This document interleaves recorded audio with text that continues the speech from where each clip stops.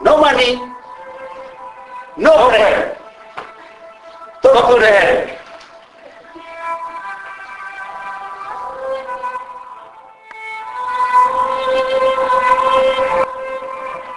Ketika David mendengarkan kata teman-temannya, maka pergilah David dengan perasaan yang sedih.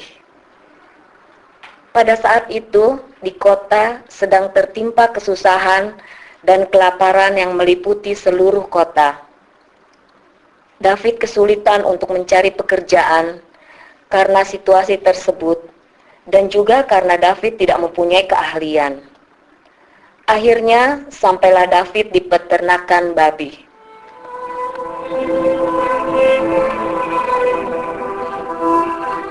Selamat siang, Pak. Siang. Pak, apakah ada lowongan pekerjaan di sini? Di sini tidak ada lowongan. Sudah full. Pak, bolehkah saya bekerja di sini walaupun tidak ada lowongan? Wah, aku sudah bilang full. Sudah full. Penuh. Pak, saya mohon izinkan saya membantu Bapak di peternakan ini. Terus terang, saya tidak punya tempat tinggal lagi. Kalau boleh Pak, izinkan saya tinggal di sini. Sekalipun di kandang babi, tidak ada apa-apa. Baru. Oke lah kalau begitu, Pak. Aku kasihan lihat kau bekerja dan tinggal di sini, tapi tanpa makanan. Tidak ada apa-apa, Pak. Terima kasih, Pak. Oke lah.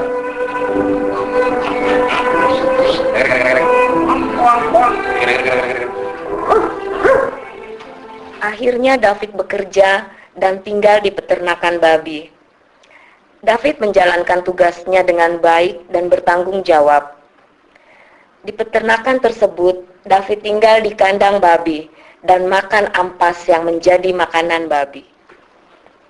Pada suatu malam yang dingin, David merenungkan semua kejadian hidup sampai berada di peternakan babi.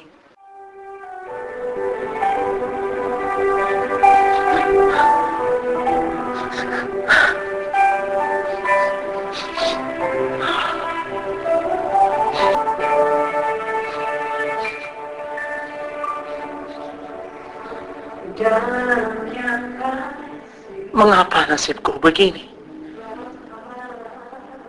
Di rumah bapakku banyak sekali orang upahannya yang berlimpah-limpah makanannya. Tapi lihat aku di sini mati kelaparan. Apakah aku harus kembali ke rumah bapakku? Hei David, untuk apa kau kembali ke rumah bapakmu? Bapakmu tidak akan menerimamu. Dosamu terlalu besar. Terlalu besar.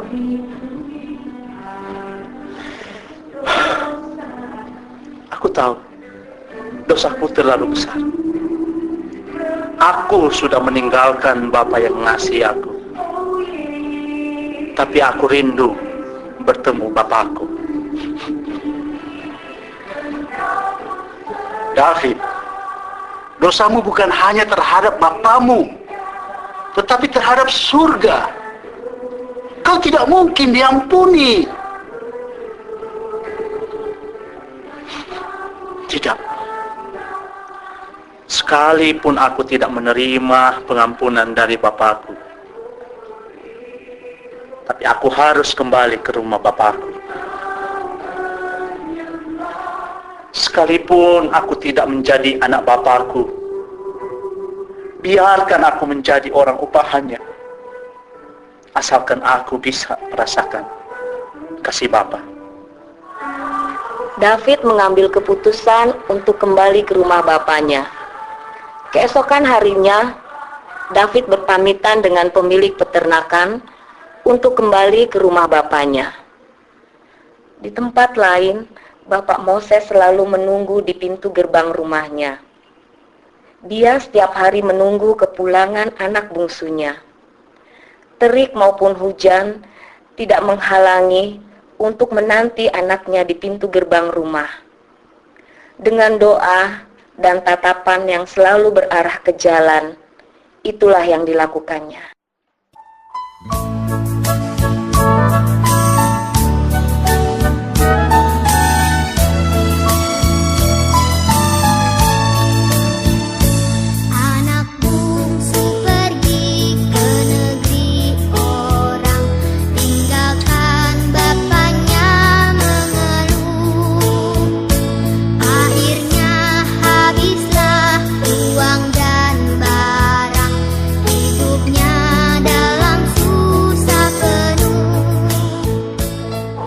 Pulanglah anakku, Bapa rindu bertemu.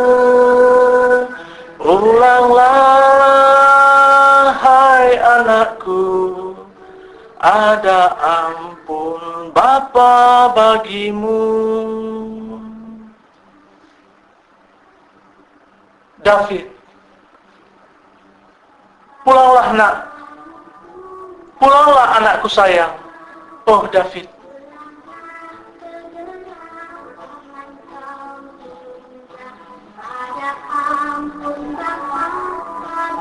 David!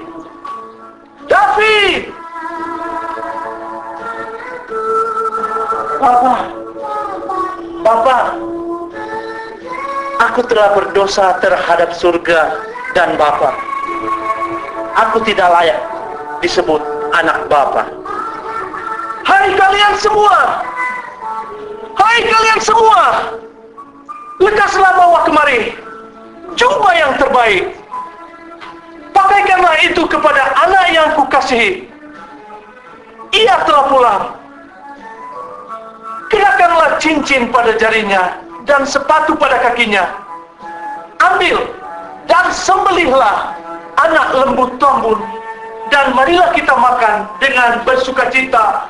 Hore, hore, Tuan David sudah kembali. Siapa? Siapa? Tuan David sudah kembali? Iya, Tuan David sudah kembali. Hore, hore, hore.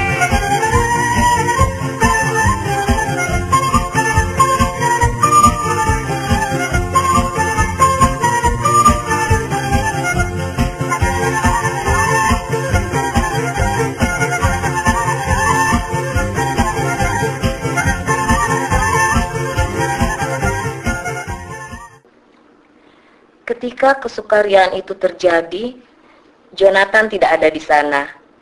Ia hanya mendengar seruling dan nyanyian tari-tarian. Karena penasaran, Jonathan bertanya kepada salah satu hamba. Hei, sini. Ya Tuan. Ada apa gerangan ini?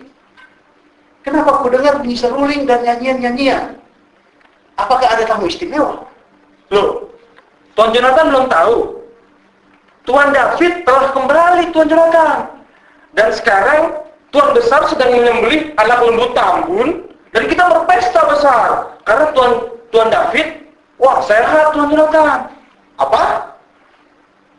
Oh, aku harus bertemu dengan Bapak sekarang.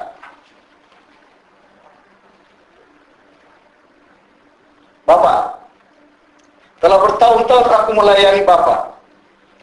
Dan belum pernah aku melanggar perintah Bapak.